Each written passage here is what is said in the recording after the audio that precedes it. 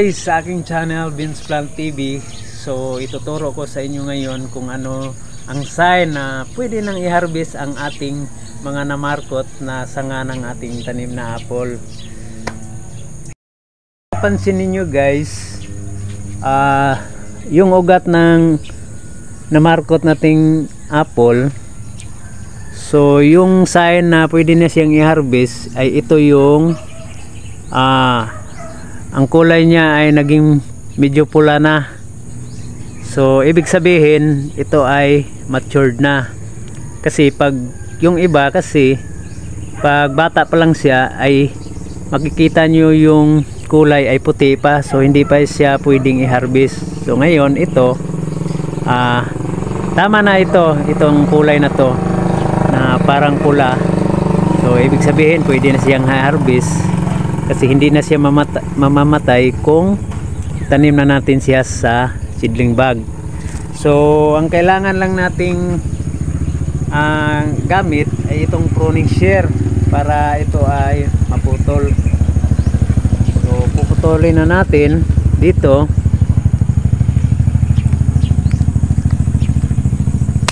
Yan. So ito na yung bago nating planting materials. So dito pwede nating dugtungan ito ng ibang variety. Gawin nating rootstock or patuloyan nyo lang ito.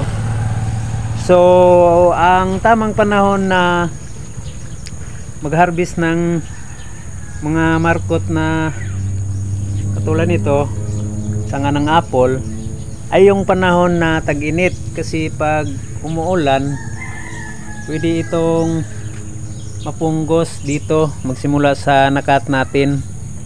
So mas mainam na tag-init tayo nag-harvest ng mga markot nating mga tanim. Ito tayo ngayon sa aking isang puno na Fuji apple, seed grown po ito. So i-harvest ko rin ito na markot. So paki-like and share lang sa aking video. So sa hindi pa nakapag-subscribe, mag-subscribe na po kayo para updated kayo sa mga bago kong video. So harvest ko rin din ito. Yan. So tingnan nyo po, ang daming ugat. Ito na po yun guys, yung ating na-harvest na mga namarkot. So mapapansin nyo yung nauna kong na-harvest. So ito na sila. So make sure nga meron na po kayong nahanda na potting mix dito sa seedling bag, kasi itatanim na natin to.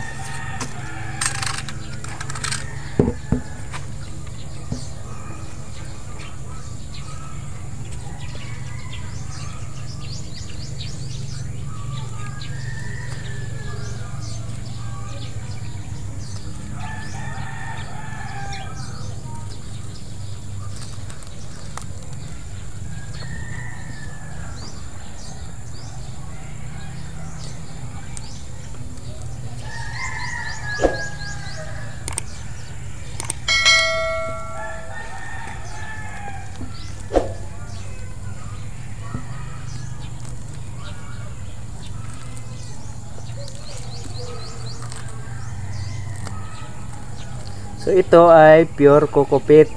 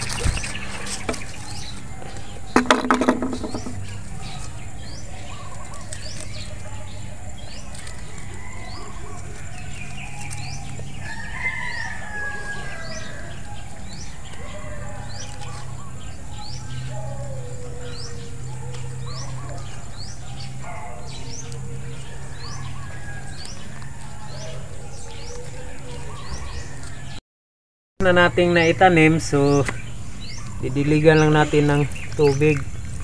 Yan.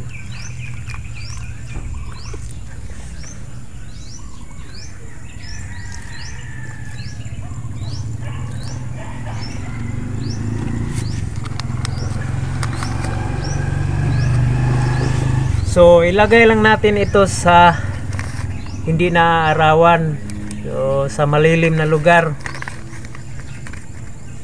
para after 5 days so pwede na nating i-direct sun.